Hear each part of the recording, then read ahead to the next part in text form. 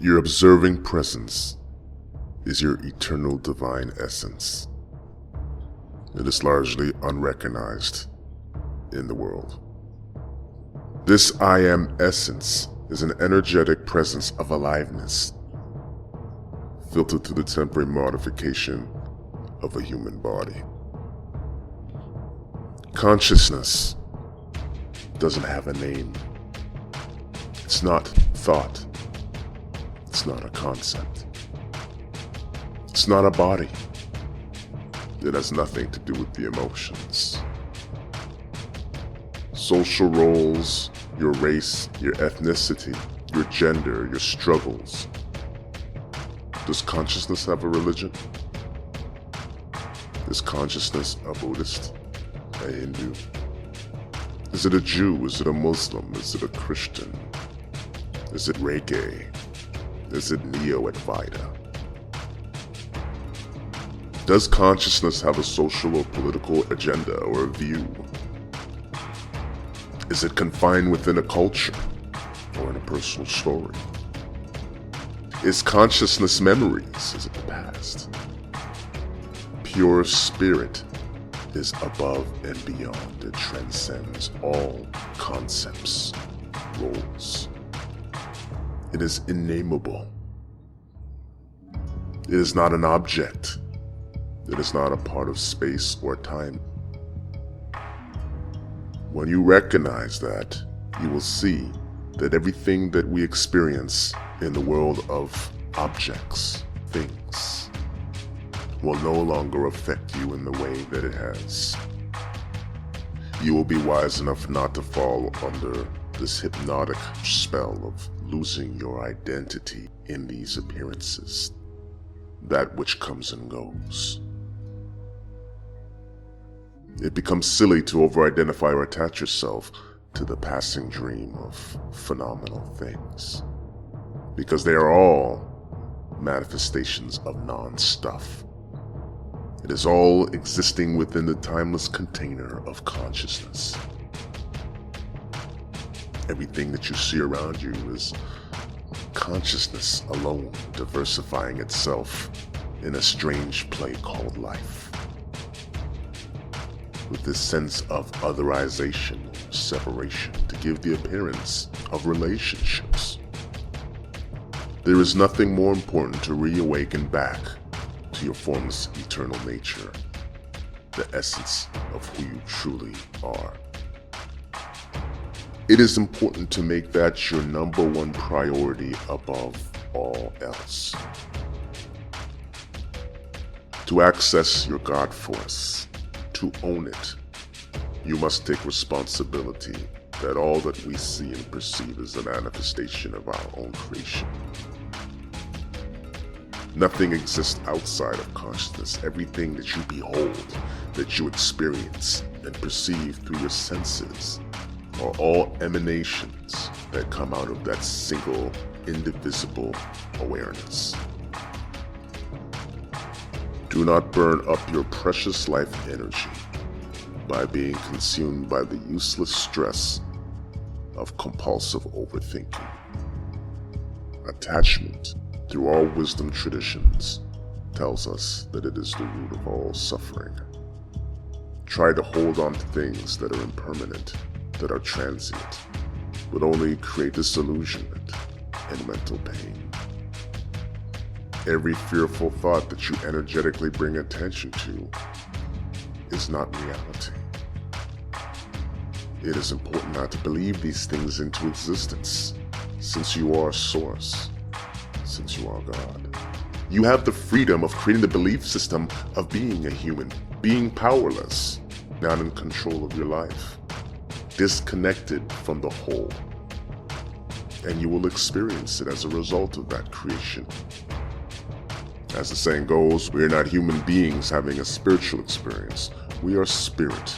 We are consciousness, temporarily engaged in a human experience. When somebody says, I'm only human, it is to embrace limitation, to believe that you have a limited sense of power and control and life. You automatically, by default, created yourself in a state of powerlessness. There'll always be this belief that you're not good enough, that you fall short somewhere, that somehow you lie prey to the external forces that surround you, that you have to be a side of this race, or this political agenda, or this country or nationality. It is what creates the appearance of separation in consciousness. This gives rise to dualistic thoughts, judgments, fear, vulnerability, self-destruction. You're playing beautifully, perfectly in this act of being a person, personality, persona, mask, denying the unseen, timeless, formless presence that precedes it. You're doing a fabulous job playing the part of the poor little me in my story act, and trying to trick others. You have tricked yourself.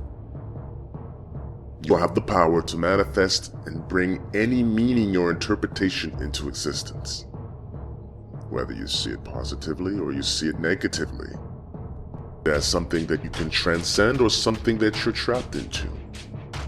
It is your godlike power to manifest, to create and experience anything that you can imagine by your choices, your discipline, energetic attention, and state of vibration. If you choose to play the role of being asleep, of being unconscious, as being wounded, if you feel to live a life of stress and hardship, trying to seek the approval or validation of others, to try to be accepted, be loved, entertaining the belief system that you are not enough as you are, it is only because you believed yourself to be a person. And once you believe yourself to be a person, you live the life on the horizontal, where everything can be piled upon. You must dive back into the realm of pure being, pure spirit, which is the vertical dimension of infinite consciousness, where there are depths and there are heights beyond imagination, beyond what the mind can conceive. It is your choice. Every problem that you experience is meant to be transcended, but it cannot be transcended on the level of consciousness that created the problem. This human being you see reflected before you in the mirror is just a character, an appearance. It's a temporal manifestation of consciousness. It was never meant for you to be trapped, imprisoned within that. It was meant as a cocoon to break out of, to see the backdrop behind the veil, the true essence. This witnessing presence, this unchanging eternal observer, which was before all manifestation. Do not be afraid of non-beingness, of emptiness. Scientists have already concluded that everything that we perceive as physical is really energy, composed of atoms which are empty space. All stuff came out of non-stuff. All forms shall pass. I countlessly make it a point that this emptiness, this non-stuff, is not a black hole waiting to annihilate you, consume you, without any cause but destruction. That is the ego mind's interpretation to create avoidance within you so that you do not surrender and return back to the source from which you came, your center. As long as you buy into the belief that emptiness, that non-doership is something to be dreaded, to be feared, as long as your mind puts a negative spin on it, colors it in a way that creates a nihilistic attitude or opinion, you haven't reached.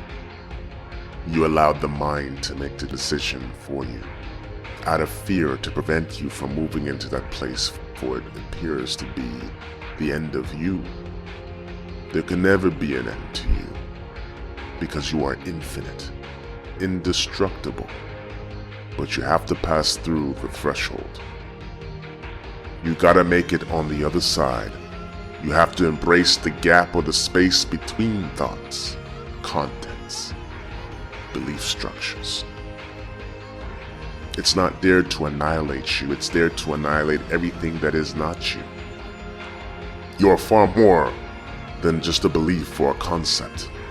As when beliefs, concepts, and thoughts disappear and change, you're untouched. It has nothing to do with you.